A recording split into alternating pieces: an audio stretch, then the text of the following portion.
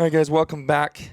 It's myself and my dad here today, and I wanted to do this. I actually saved this back in, I think, July. I had screenshot these, and I was like, man, I want to do a podcast on this and talk about this because it's just great.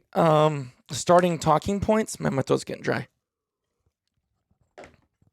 And so I thought it'd be good. We're not necessarily going to talk exactly about what these little things I saved were, but it's like a talking starting point.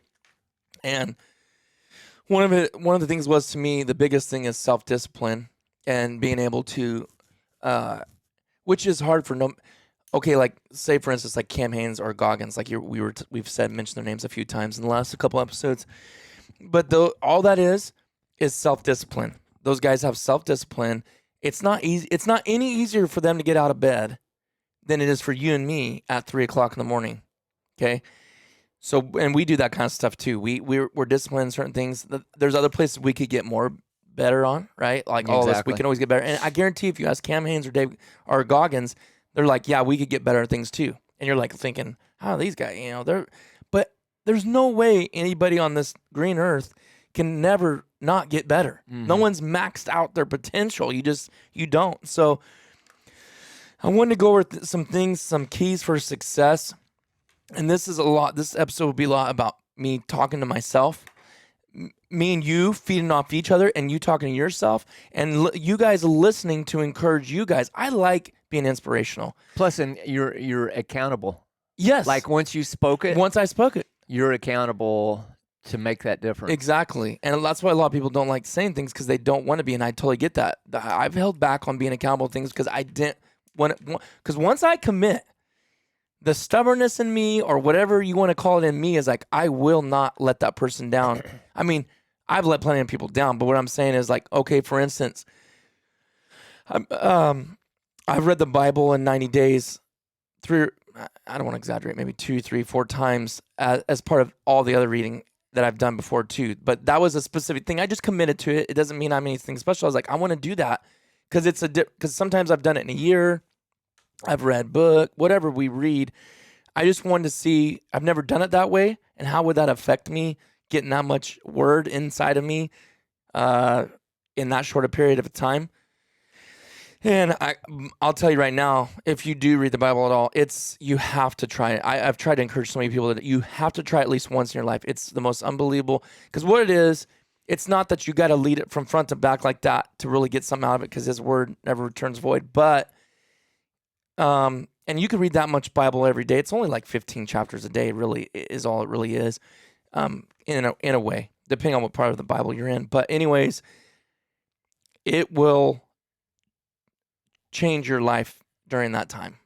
And anyways, Matt Yarbrough does that every January, February, March. He does it through, and he's been doing that since I got him. I talked to him about doing that. And I don't know how many times he's been doing that for at least 4, 5, 6 years. And I still do it. I just finished a 6-month one a while back. And he asked me the other day, he's going to do it with me? I go, yep. Because he asked me. I have to do it with him. Well, you know what? You have a workout partner. Yep. Thomas. Uh-huh. Okay, you guys are committed, workout, and you hold each other accountable. Uh-huh. So I think that's good that you and Matt can actually hold each other accountable. Uh-huh. Because if I know you're doing it and I'm doing it, it gives me something. If I have a down day, maybe I'm physically don't feel like it. Like I think even like Cam Hanes and them guys, they feed off each other. They feed off the energy, And the thing I would like to say about him, too, from what I've noticed, I've listened to several of his things now. He didn't just wake up that way one day. No. This dude, I seen the pictures when he was younger, and that dude right there, he wasn't built like he is now. No. And we look like we got a tree. Sweep trees. Every time you're doing, there's action going on outside. Oh, yeah, they're sweeping the streets. I know that was Travis the other day. We thought someone was trying to break in his car. Yeah. And my truck's always parked there, so I never get swept. Yeah. But anyway, so you got to respect this dude, that he's doing what he does. Yeah. And, we all grow. We grow. We're not, hold each other accountable. And I'm not going to be a Cam Hanes right now. And I don't want to be Cam Hanes. I want to be Titus Headings, the best Titus Headings I can be. That's what it is right there. See, but if I'm not trying. Well, the thing with it is, just like I picked up Logan to take him to school because I wanted to, I really, John Carpenter, has told me different times back when he was a kid that his grandpa, they would have some really good talks. And sometimes you may not pay as close attention to what your parents are saying at the time, but you most likely will pay attention out of respect to your grandpa that even has more time. So many times when me and John have talked about out elk hunting together, he shared what his grandpa would say or whatever. So I wanted to, I'd pick up Logan. I've done it twice now, pick him up. And I said, Logan, so, he got some really good awards last week.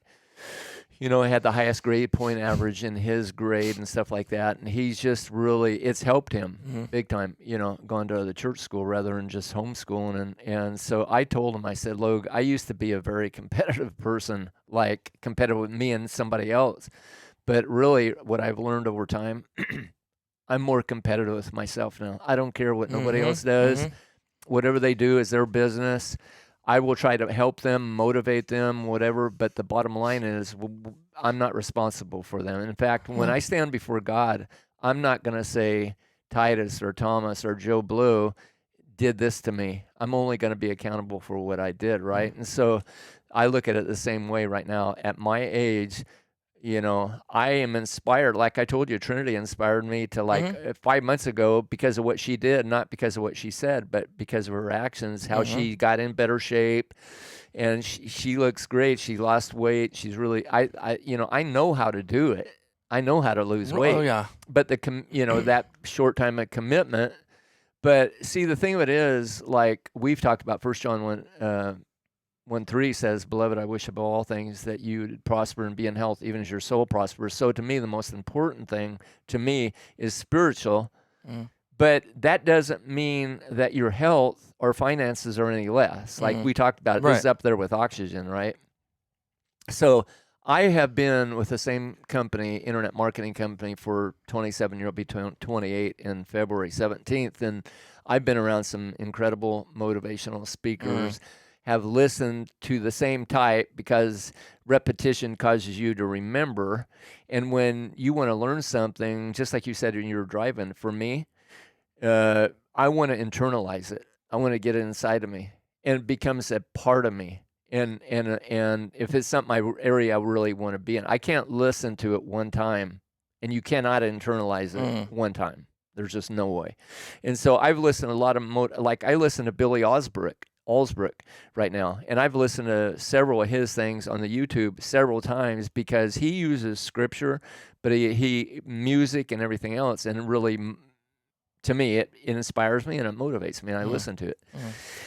And so repetition causes you to remember. And so honestly, of all the incredible books and people that I've actually had to inspire me, if you want to come down to it, honestly, the vast majority of what you really listen to that inspires you or motivates you, if you want to know the truth, a lot of it, the root is in the Bible. Yeah. Oh, absolutely. 100% is in the Bible. Like, I can do all things through Christ which strengthens me. They may not use Christ as an example, but the Bible says the word is quick and which is alive, is quick and powerful, sharper than any two-edged sword. That's just part of it. So it's alive. And how many times in my lifetime have I memorized scripture, and I'm in the process of memorizing new ones. But once you got it there, once you've hit it there, everything you do in life, you can apply to it, and so it's invaluable to me. It's the only book I've ever read where I can keep reading the same thing over and over. Yes. And different things speak to you at different times. Because it's alive. It's alive. Yeah. And so a lot of these guys, like you said, will use things. They're not saying it's where it's from, and they're not necessarily, a lot of guys will admit, if you ask them, like, yeah, that's actually comes from a biblical perspective. So I've seen a lot of them admit it. They're not even claiming to be anything, but they do know that they know those words hold truth. So I've always wanted to be an inspirational person. People inspire me, and I feed off that. And then I want to do the same. And I want people to believe in themselves, because a lot of people don't believe in themselves. And you got to believe that you can do all things. Yeah. Anything that you want to do, you can do it. I don't care if it's being an astronaut. I don't care if it's being a nuclear chemist. You can, if you want to do it. I truly believe in my mind, you can do it. You just have to believe that, because I feel like everything that I've wanted to do, I am either striving for it, or I have done it, or I am doing it. And really, technically, it's not like I am an astronaut. I'm not none of these things or these crazy things we look at, but it's all perspective. Yeah. Because people look at me and think, oh, I don't know how you fly a helicopter. And I'm like, it's nothing. But you know what I mean? And I may look at an astronaut and say, man, I can't, that's crazy. You get to do that or whatever. But if that was my life goal and dream, I would have started at a young age and I would have did it. Right. I believe it. It's not because I'm better than you or you're better than me. It's because of the goals. And I want to do another podcast separately on that, because that's something you train and raise us to be goal oriented. But let's start on this before we get all off again. So this guy he's like a marketing guy and a motivational guy, and only because he lives it, right? It's not just because here's the thing. I don't give a care what somebody says about motivation. If they're not living it themselves, it means nothing to me. Mm-hmm. But guys that are living it every day and they're very successful, who do you think we're going to gravitate towards, right? Mm-hmm. But Richard Yu, he named off basically 6 things to be successful. And if we don't get through them all, we'll do another episode on it. But first one, and I was like, man, this is so true. And this is what kills us nowadays. And that is, number 1, deep work. Deep work. If we want to be successful in our lives, he says, have 3 hours every day of undistracted work. And what he brings out about that is no social media, no emails, no phone calls, just 3 hours a day. Set that time aside, whether it's you getting up at 3 in the morning to 4 in the morning, whatever it is for you. And he said, staying focused and removing distractions is key if you want to accomplish more. And I thought so many times, how many times do we pick up our phone and look at it throughout the day? I think your actual iPhone will track you how many pickups. I don't know if your phone does that or not. I don't know. It will shame us if we probably look at that. Mm-hmm. How many times, if you think in your mind, how many times have I picked my phone up? For what purpose? A lot of times it's just a habitual thing. Yeah. That you're doing like that. I'm doing right now, but I got a purpose. No, I know. You're looking up stuff. But I'm doing stuff too. There's a difference between multitasking. But like what I've noticed before is, like, say if I'm editing a video and I need to get this done. But as I'm videoing, bing, I look down, my phone lights up. Someone texts me. Someone Marco Polo'd me. I just got an email. I just got a comment on a video. My boss sent me something. How distracted is your work being by that little piece of Gorilla Glass and plastic and rubber messing you up? Mm-hmm. I've done this before on my times. It's like, okay, this is very important. I got to get this done. I've left that phone in the other room and started on something at 4 in the morning. And it's like, wow, it's 7 o'clock and I've got so much done today because it was undistracted. The phone thing has really been a very hurtful thing to us as humans. It's been both. It's a tool. It's a tool. But the thing is about using things in moderation and knowing when to set it down and when to pick it up. I'm going to be honest and admit to you first. There's been way too many times, and I'm very ashamed to say it, that I have had that stupid thing in my hand at 8 o'clock at night when I should have been paying attention to my kids and focusing on what they're saying, what they're doing. Instead, I'm scrolling through some stupid thing about someone else's life. Yeah.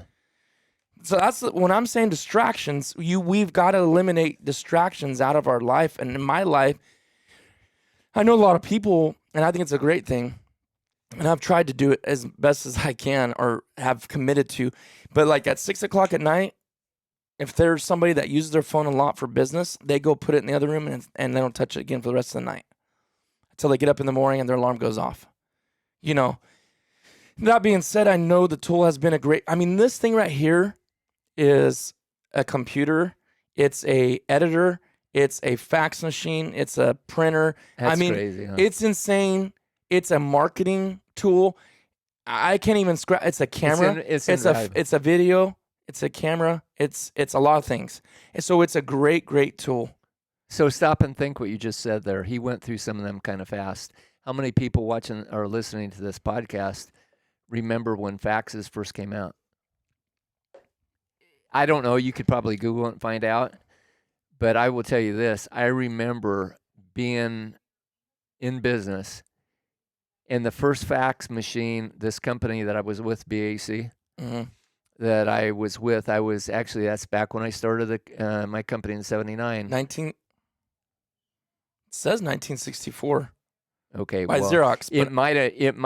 I don't know, was it available to the It said the public? 1980s is when it Yeah. became popular and Yeah. anybody right. It was probably unaffordable back then. Well, I yeah, guarantee I you. was going to tell you that because probably BAC, see, for 7 years, from 79 on, actually what happened is because of the Jimmy Carter thing, interest and all that, when I had that roof truss company, I also met a guy, Ken Schaefer, who's passed away now, but he was a production manager, then became the manager of BAC there on Santa Fe. And so we became very good friends. He was my best man in our wedding, but that company got a fax machine. Mm-hmm. Dude, you know how much that fax machine was? $15,000. A fax machine for $15,000. And that thing, you could stand up. It was that big. It was a big machine. Well, now, like computers were back in the day. They were massive. yeah, exactly. And so now, I mean, you can go hardly get them for nothing. It's a fax machine, copy machine. And a lot of people don't even use them. Yeah, you don't even want them anymore. But anyway, so yeah, all those, the process at a time, when you think about technology, what's happened in just the last 5 years, 10 years, 15, 20 years, you take it for granted. And that distraction it's brought on. You know that. Because we're talking about being successful. We're talking Yeah, about. so what was that number one again? So basically what he was saying is 3 hours of undistracted work. Okay, wait. Every day. Okay, so that right there. Deep work. Yeah, so let's define that. Really? Because you can work all day long, but deep, very productive work. Exactly. So let's stop and think about this. So let's put that biblically. So what you said about is believe, right? So then you also talked about faith, but what is faith? Faith is a substance of things hoped for, the evidence of things not seen. The Bible also says without faith, it is impossible to please God because if you come to him, you must believe that he is, right? But it also says faith without works is dead, being alone. So you can't just say, I got all this faith, but never take action. Right. So you can believe all you want. Right. That this is what I'm supposed to do. Yeah, you're nailing it. But if you do not take action, you're never going to achieve it. Yeah. I don't care if it's whatever it is. And how many people have you seen do that? Just talk about it and never do it. So many. Trust me. Never put it down. Never do it. Talk's cheap.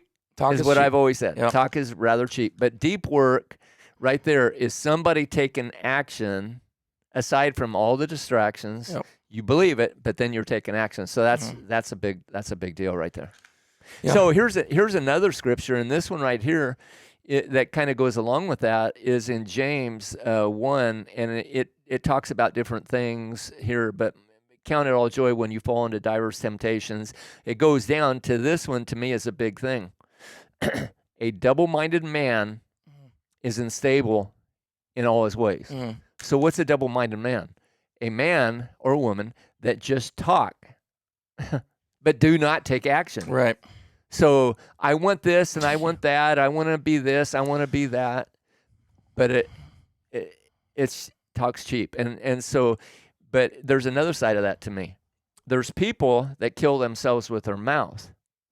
In other words, they say this is their dream, but what they do is they actually kill themselves with the mouth. But I can't do that. Yeah. I can't do that, and I can't do that, and I can't do that, and you're killed by the words of your mouth. Yep. Literally, the life that God had planned for you, I believe that you can kill yourself with your mouth. So if that's something I really want that I believe God gave me, I better guard my mouth, because your program and your words, out of the abundance of the mouth, out of the abundance of the heart, the mouth speaketh, right? Yep.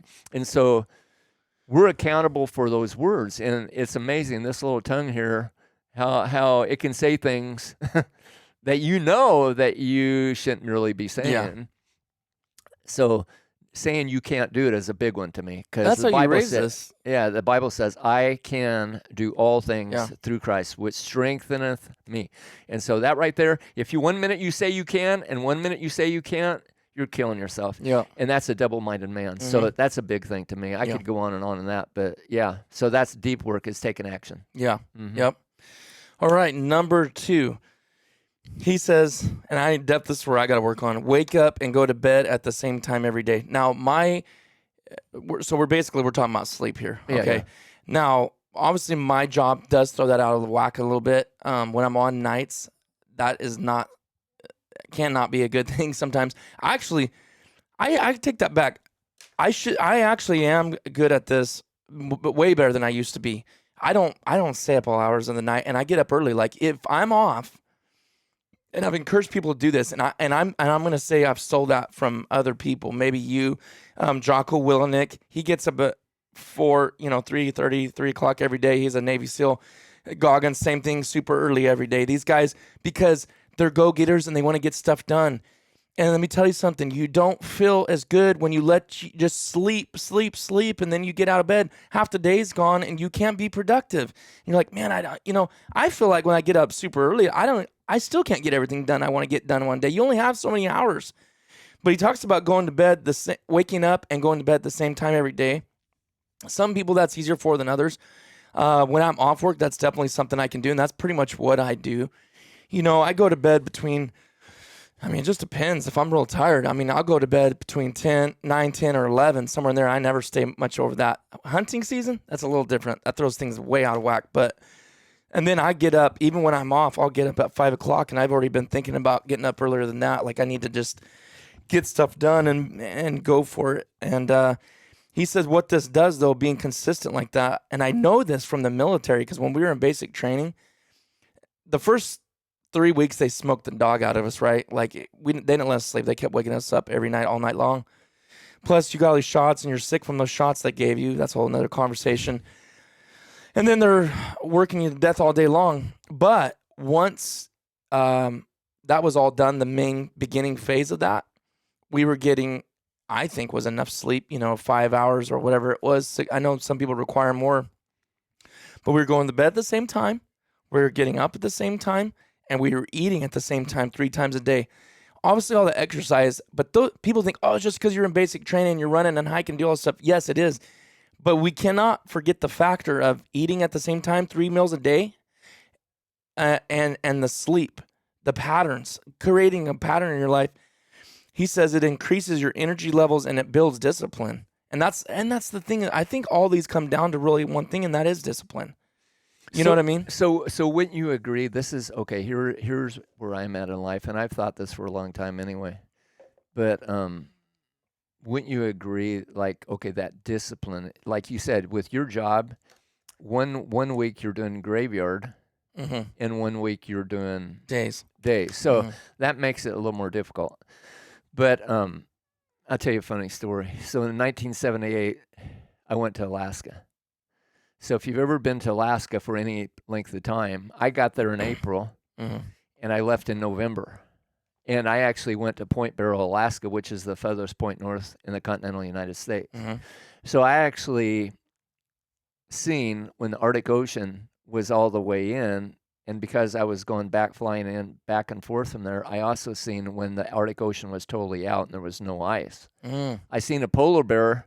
And I'm listening to you because I'm at Point Barrow when I flew in there on Wing Airlines, and we would see a polar bear and stuff like that. So I would stay there for a certain amount of time. It might be a week, might be less or whatever.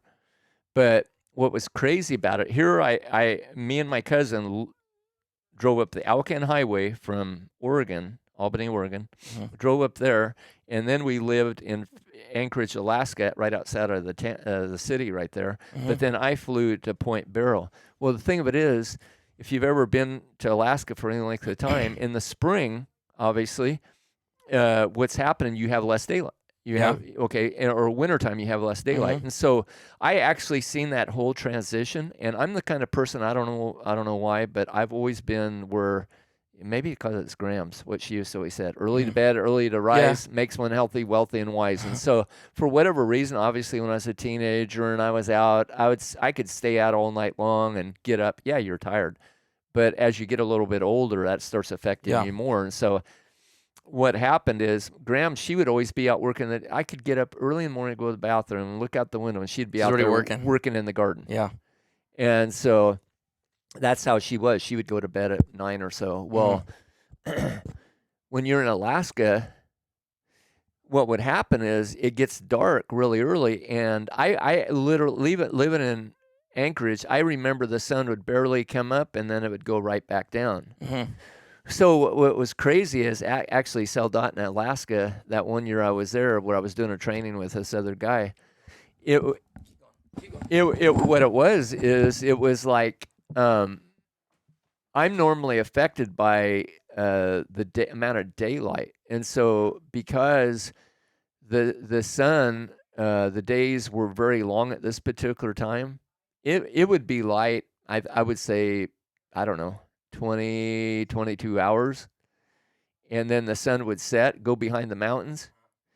And people were literally up there, they put tinfoil over their windows to try to make it dark. And what's crazy, I've always been, majority of the time, I would go to bed, say 10 o'clock, but I'm getting up, not with an alarm clock, but getting up at, like this morning, it was 3:20 a.m.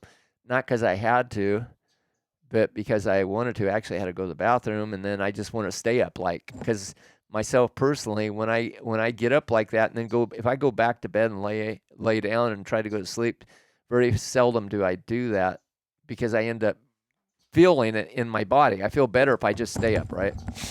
But what's weird is I would go to bed at 1 o'clock consistently and only get a few hours of sleep a night because of the sun just setting for a little bit. Because you just couldn't sleep, or what? It's just, your body wasn't need it. What's it called, a circadian or something like that? Well, because the body. I never really got tired. Huh.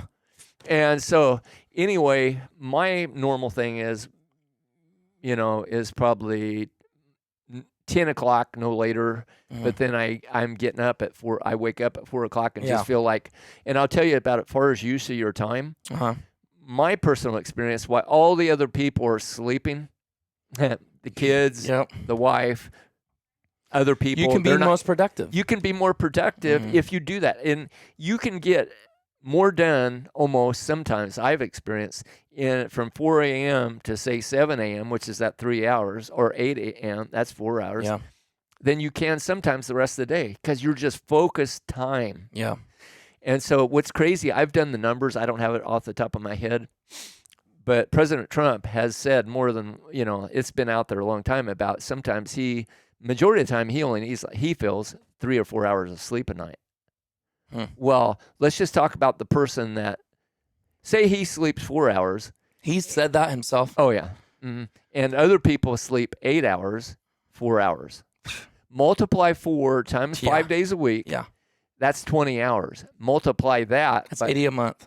Think about a year. Oh my gosh. Dude, do you realize if you do that, play with those numbers a little bit. If you do that, think about the things. 960 hours a year. Okay, so 960 divided by 24. Yeah, and that's 40 days extra. 40 You're getting days. A year. You're gaining a full. You're gaining more than over a month. Over a month. That's crazy. How can you compete with a person that lives like that? That's insane. Elon Musk, I was just reading an article about him. He says his perfect time is 6 hours. That's about mine. Yeah, so that's about mine too. Honestly, Thomas was telling me he says he's an 8er. Oh yeah. Well, and everybody's different. Good. Yeah, everybody's different. That's fine. That just means you got to plan your bedtimes earlier. Is all it is. Yeah. So, you know what I mean? But 5-6 hours, I've always felt that, and people are just like, I can't. I'm like, I don't know. I feel totally full, good, functioning. Yeah. Like I know when I'm not though. Have you ever woke up feeling really good, went back to bed, went to sleep for 2 hours, and woke up and felt thrashed? Yep. And I guarantee there ain't a person listening to this that hasn't done the same thing. So why not get up? Yeah, discipline. Exactly. Yeah. That really is why if you feel that good, because you don't feel good every single day you wake up. Yeah. You don't feel like, my goodness, I am like sharp, focused. It's weird. I know the difference when I wake up and I just feel like I am just ready to take on the world. Mm-hmm. And like you said, the other times you're just like, I don't want to get out of bed. Yeah. So why do we do that and we just lay back down? You know why? Because a mental thing like, I need 2 more hours of sleep. Yeah. Well, do you? Because obviously your body's telling you really didn't.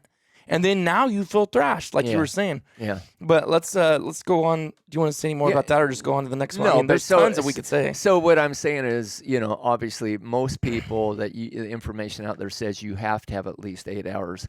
Yeah. Well, I say to that, it's a choice. And It if is. I feel good at 5 hours, 6 hours, 2 hours, 4 hours, and I'm pretty consistent, then personally, that's what I want.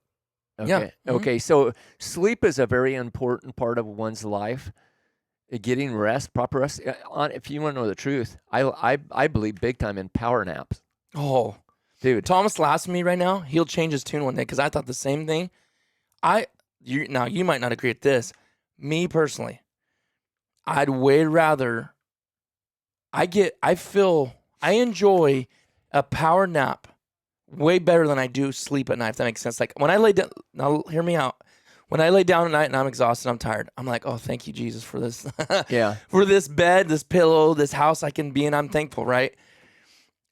But when I wake up in the morning, like I said, I don't wake up every morning feeling like just spry and chipper.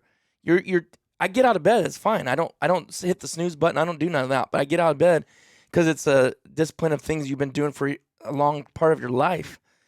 But something about, let's say if I only got 3 hours of sleep that night and I'm exhausted, I know in my mind if I can get a power nap, it fixes When does all yours that. usually hit? What time of day? Because Where I start getting tired, well, there's just some days. or a nap. Yeah, a nap. Now, And when I say a nap, we're not talking like no. going to bed. I'm not talking about No. that. Yeah. Well, what I would do when I was doing ag is I'd get up at 1:45 in the morning. I leave my house at 2. I would get home around 2, and I'd go straight to bed and sleep for 45 minutes. And it was amazing what that did for me. Like I could function. I don't know how. Totally feel recharged. Yeah. Yeah.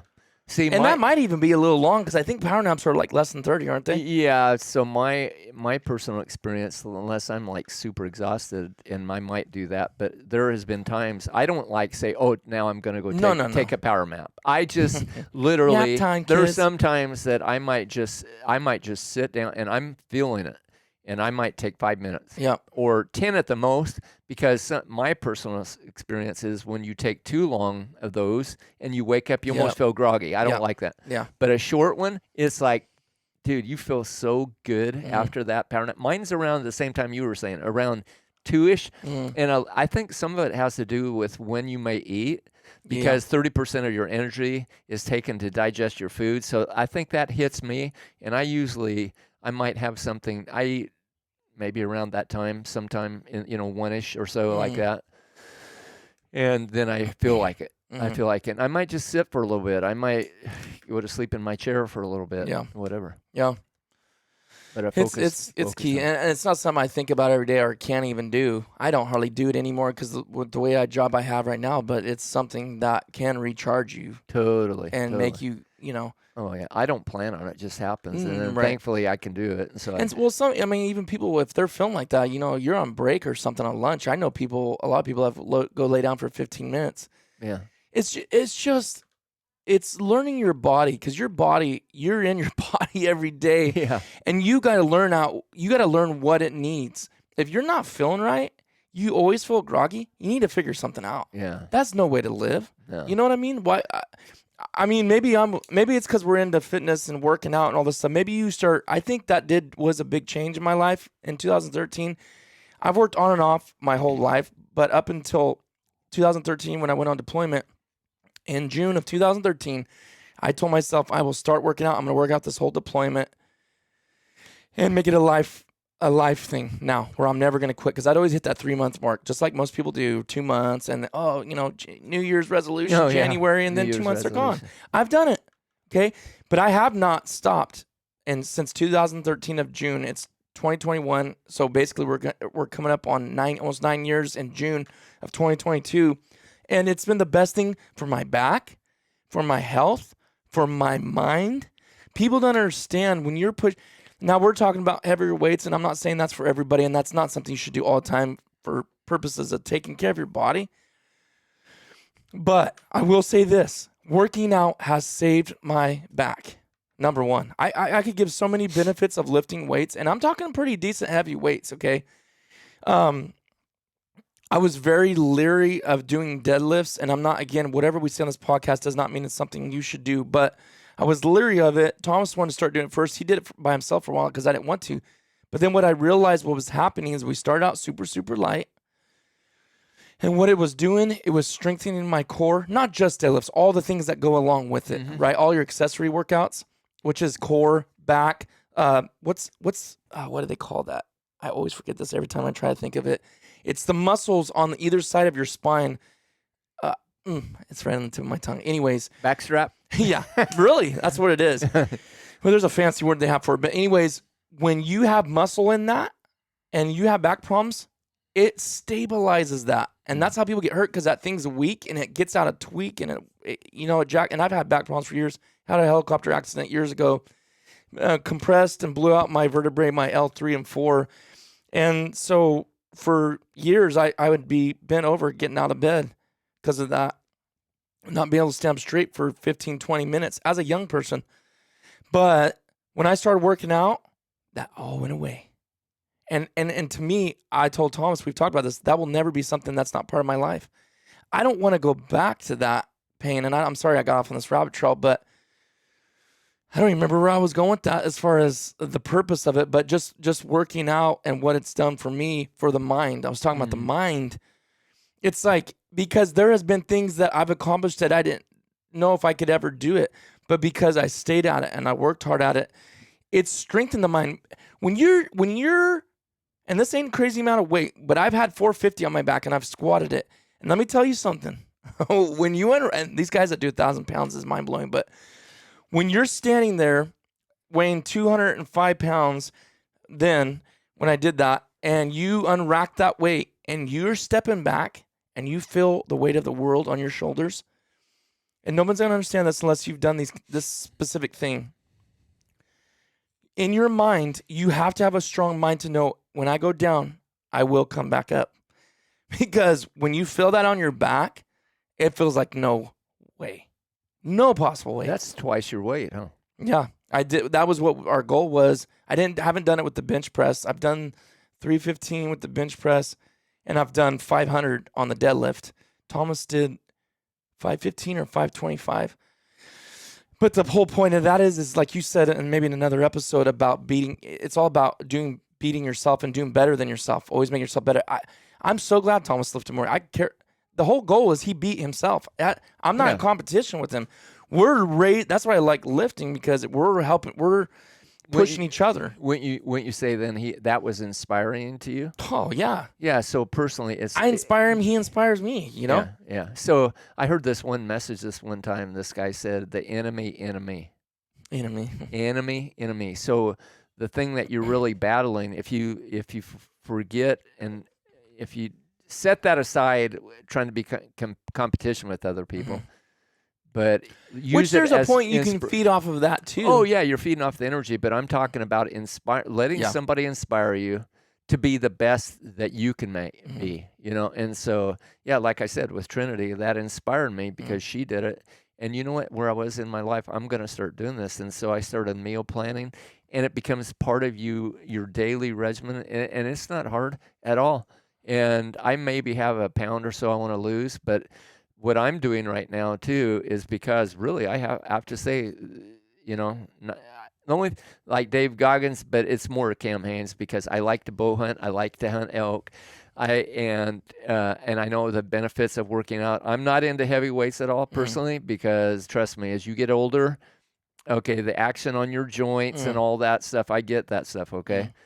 But like I started doing the local the college there where we live, started doing the stairs. Today when we get down here, I'm going back over there. Like you said with your back, what I always noticed when I would go hunting, because I've had back issues, I've been in the hospital, I've been in traction from doing things, the business I had and all that stuff. Accidents, and what I've always noticed whenever I'd go hunting and we'd be climbing, didn't hurt you. My back never bothered me. Yep. And it was like, I always thought about that. And so what it was strengthening those muscles somehow. And so, when I had that fall, when me and Thomas went with that backpack on it, jammed my left knee, and I kind of almost did a face plant. But I woke up one morning when I got back home and my back was feeling that way. And so anyway, I went to a deep tissue massage therapist and I went to a chiropractor. And now I'm almost 100%. But the thing of it is, I started doing the stairs at the college. And I'm telling you, dude, my back feels so good. My calves are so sore, but I'm feeling so good. But I'm taking it to another level. When I seen Cam take 132 pounds, put in his backpack and basically jog up that mountain, I'm like, dude, this guy I need to connect to because he's inspiring me. He's inspiring me not to compete with him, but to be the best that I can be. Yes.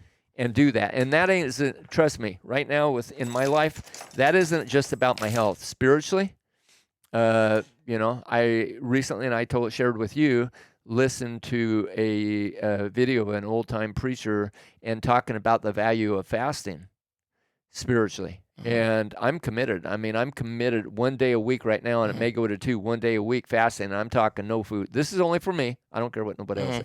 I'm just saying for me, 1 day a week, I'm committing that. And there's more than just spiritual. It's also physical. Because if you read about fasting, it's actually anti-aging. And so I want to be the best I can be. Well, that's a perfect, talking about that is good right into the next point. Number 3 is delayed gratification. So too much, he says, too much partying, TV shows, video games, unhealthy food, etc. will ruin your motivation. How true is that, right? Like, our natural as a human always wants to do stuff that makes us feel good, right? Like, meaning the flesh, what it wants, right? Like you've talked about food, what you put in your mouth, but can you sustain eating bags of candy every single day as the only source of food that you intake in your body? Absolutely not. But I like how he says that, delayed gratification, because there's nothing wrong with these things, some of these things that we like to do and have fun. But we've talked about, so delayed gratification, meaning it's kind of cool as it sounds to go out on a duck hunt every single time and have birds just landing on top of your head and limbing out in 20 minutes. As cool as that kind of sounds to have happen every single time you hunt, you know what would happen after that? You wouldn't appreciate it. It wouldn't mean nothing to you anymore. After so many times, it would not mean nothing to you. But when you've struggled, when you've sweat, when you've bled, when you've cried, when you've climbed that mountain for the elk and the elk outsmarted you or whatever it is, or maybe you failed on that job thing and you didn't get that. Maybe you didn't get that job or you didn't finish in time, whatever it was. It makes everything so much better when it does go through, and that's all part of that journey and that process that we've talked about. And he talks about working hard now and making short-term sacrifices for your long-term goal. Heard that before? Yeah, lots of time. No, I totally believe that. And the first thing is you gotta figure out what is your purpose, right? Then you gotta believe you can get your purpose, right? But then you also have to take action, right? Yep. And like you said, right there, delayed gratification. Delayed gratification, and most people that like you said, the prime example of that is January 1st. Mark my words, they're going to say, "I need this." And in fact, back when I had a membership at the gym, it was so funny because right after January 1st, everybody and their grandma was in the gym working out, and that's all good. But by 30 days, 60 days, 90 days, the crowd gets less and less and less and less. And so yeah, it takes a commitment too. So yeah, delayed gratification. Well, I mean, honestly, do you realize you have no idea? If I never really figured it out how long it took me years to get my first bull with a bow. How many times I had close calls. Yep, right there. It was just right there. And you know what? You could quit. You could literally quit out of frustration. Yep. And there's people that do that. But got to kind of enjoy the journey, because it normally, in fact, Bill, the funny thing was Bill, me and John had been hunting together quite a while, archery hunting. And his brother Bill, the first year he finally ended up getting a tag in Montana, archery hunting. And he came there he thought, because he's rifle hunted them before, Yeah. but the first year he went there, when he did what, I wasn't there, but John and Bill was hunting together. And the first year he went there, because I came up with this a little different way than probably most anybody has seen about going after an elk and archery hunt when they're in the rut and stuff like that. Well, I got that 6 point. The next year, John got a 5 point. The next year, John got another 5 or a 6 point. And then the next year, I believe it was, Bill got drawn, and he went there and he got one. And he'll tell you, man, he thought this is so easy to get an elk this way, you know. Like, so the next year he didn't get one, and it's been a while since he got one because you can only get draws, you know. It's a draw. But John lives there, and so he can get it every year. But I'm just saying, it's that delayed gratification. But do you realize the high fives and the experience? When I got that, me and Greg, it was the same as if he got it when I got it. It was my day to shoot, and everything just came together. Yep. And you worked hard, and you spent all that time, years. Yeah. Well, in some ways, your years of knowledge. Yeah, well, the experience, the experience of it, because really think about it. I went with my parents probably when I was 14 or 15, my dad, and they never had YouTube. They didn't have all the videos. Yeah. And so you pretty much learned on your own. Yeah. You know, but now what's awesome is you got like podcasts, you got this like what we're doing. It helps people. You got a whole lot of other people. People advance way faster now than they used to. Well, doesn't the Bible say something that knowledge would increase? You know, and so. And I've thought of that different ways, but I never thought about like in this way. And I'm like, lately I've been thinking, I was like, man, that's why people are being better duck hunters within a year or two, because they're watching all this stuff, and someone else paid the price to get that knowledge, and now they're learning, and which is great, right? Yeah. That's the whole point. But like the delayed gratification thing, like I can't think of how many hundreds of hours me and Tom spent in the gym for us to beat that 500-pound deadlift. Yeah. That started at 135 pounds on a little dumb barbell. Yeah. That's where it started. You know what I mean? And from that point to that point was a few years. Like it wasn't no thing that happened overnight. It was almost a pipe dream. Yeah. And then when it really happened, it was the most rush, adrenaline, amazing. Yeah. Like you said, high-fiving. Yeah. And so whether it's that or anything else, it's just the best things don't happen instantly. The best things happen over time when the effort and the hard work's put in. Yeah. I almost think we should just end it there. That's probably we'll finish the last three because these are definitely gonna be longer ones. So I don't even want to. Yeah. I don't even want to start these because, and actually we kind of jumped ahead on accident just because it's all part of this. But the next one's basically talking about working out minimum time three times a week to train your body and your mind. More importantly, which when I say train, you know, we don't. Thomas and myself, we do not sustain a powerlifting state. You just can't do it. It's not good on your joints, not good on your body. You go through phases, like you do a 3-month window and that's what you do. Then you do off-season training. It's bodybuilding or just building muscle groups or whatever. I like doing cardio. I've been doing cardio to drop some weight. I've dropped weight. And then duck season, I usually lose a little bit just because we're always being out there not eating much. Is that in the boat or muck and mire? That's the muck and mire. See, that's why you need to be in the muck and mire so you can get in better shape. I'll take the stadium, thank you.